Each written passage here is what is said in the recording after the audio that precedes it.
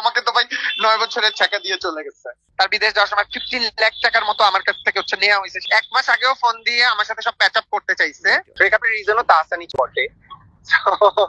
হ্যাঁ, 2016 থেকেই ছিল রিলেশনশিপটা। আর যেটা হয়েছে আমি আসলে গতকাল পর্যন্ত জানতাম না। গত 3 মাস যখন দেখতেছি বিভিন্ন নিউজ পোর্টালে বলতেছে যে 1 বছর ধরে তাদের সম্পর্ক আগাচ্ছে।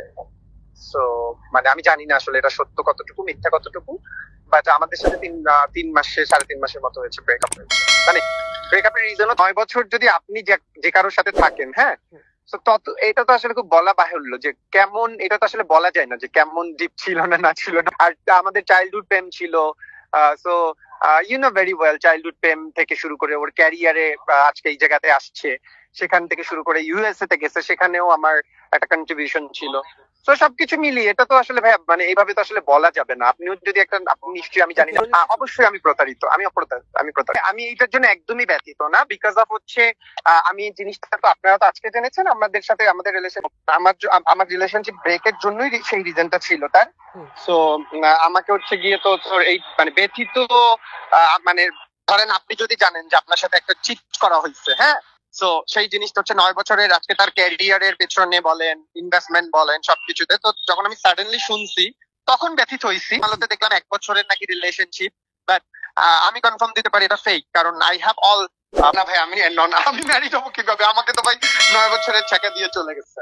এবং তার বাবার স্টোরি হয়তো আপনাদের কাছে জানা। একটা নিউজ পাঠাচ্ছি, তার বাবা কিন্তু আওয়ামী লীগের এই কি বলে যে শীর্ষ সন্ত্রাসীর কাতারে, এবং ক্রস ফায়ার হয়েছে একজন নারী। আমি তার সম্পর্কে বাজে কথা বলতে চাই না। এবং আরেকটা জিনিস আপনাকে বলে দিই, তারা ফলাও করে প্রচার করছে যে নিউ ইয়র্কের কি বলে ম্যানহাটন নাকি জানি, সরি নিউ ইয়র্কের না, ম্যানহাটন না, নিউ ইয়র্ক ইউনিভার্সিটি থেকে সে কসমেটলজির উপর ডিগ্রি লাভ করেছে। হ্যাঁ, আমি আপনাকে আজকে এই জিনিসটা বলি, আপনি তো একজন সাংবাদিক, আমি নিজেও পড়াশোনা করেছি সাংবাদিকতা বিভাগে, আপনি একটু অনুসন্ধানী করে নিবেন। নিউ ইয়র্কে ইউনিভার্সিটি একটা আছে, কিন্তু এই রিলেটেড কোনো সাবজেক্ট নাই। আর সে কিন্তু ইন্টার পাস, মানে এইচএসসি পরীক্ষা দিছে।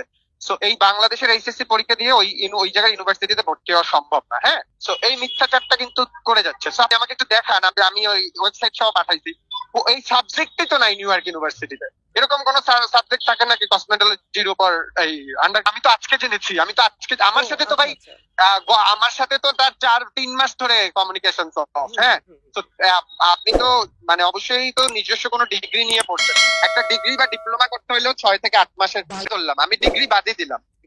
সো ডিগ্রি বাদেও তো হচ্ছে গিয়ে লাগে ভাইয়া। সেটাও আপনারা আনতে পারেন তো, যে এই জিনিসগুলো কেন মিথ্যাচার, মানে আমার কথা হলো যেটা সত্য সেটাকে সত্যতে আনেন, যেটা মিথ্যা সেটাকে মিথ্যাতে আনেন। বলেন না, তাহলে আপনারা চান না কেন যে না ঠিক আছে, তাহলে যে আপনি ডিপ্লোমাটা করছেন সেটার একটা প্রুফ দেন, ইউনিভার্সিটির সাথে আপনারা কন্ট্যাক্ট করেন। এই জিনিসগুলোতে অনেক লুফলস আছে। আর তারা যেভাবে ফলো আপ করতেছে কি বলে যে খুবই সতীর্থ, তারপর হচ্ছে কোনো কিছু নেই। বাট আমি তো জানি যে কি হয়ে যাওয়ার সময় 15 লাখ টাকার মতো আমার কাছ থেকে নেওয়া হয়েছে। সেই টাকাগুলো তো আমি খাইনি, আমি জানি না তারপর ফেরত দেবে কিনা। এর আগে একটা বয়ফ্রেন্ড ছিল, তার লাস্ট বয়ফ্রেন্ড আমি, কারণ আমাদের 9 বছরের একটা রিলেশনশিপ ছিল।